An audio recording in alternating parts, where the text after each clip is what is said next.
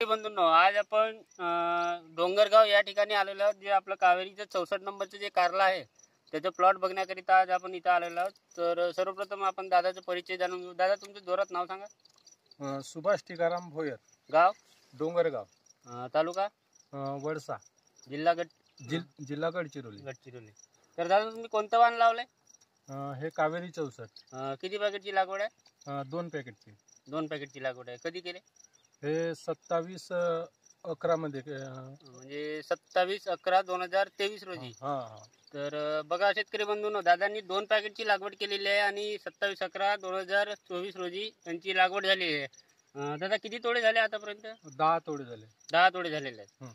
तर कसं वाटलं तुम्हाला आपलं कावेरीचं 64 नंबरचं कारलं? चांगली वाटली, म्हणजे साईज वगैरे नाही का, बरा वाटला.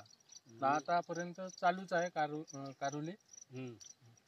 तर तुमच्या कालच तोडा झाला नाही का? त्याच्यामुळे दादाचं कालच तोडा झालेला आहे, त्याच्यामुळे आपला फ्रूट लागलेले नाहीत, म्हणजे जसं फ्लॉवरिंग मध्ये आहे. तर दादा, तुम्ही बाकी शेतकऱ्यांना काय सांगू शकाल आपल्या कावेरीबद्दल, 64 नंबर बद्दल? कावेरी म्हणजे चांगली आहे. बाकी शेतकऱ्यांनी म्हणजे लावायला पाहिजे. लावायला पाहिजे. तर बघा शेतकरी बंधूंनो, जर तुम्ही येणाऱ्या काळामध्ये कावेरी म्हणजे काढली या पिकाची लागवड करत असाल तर आपले जे कावेरीचे 64 नंबरचं कारला आहे या वाणाची निवड करा आणि आपलं उत्पन्न वाढवा. धन्यवाद.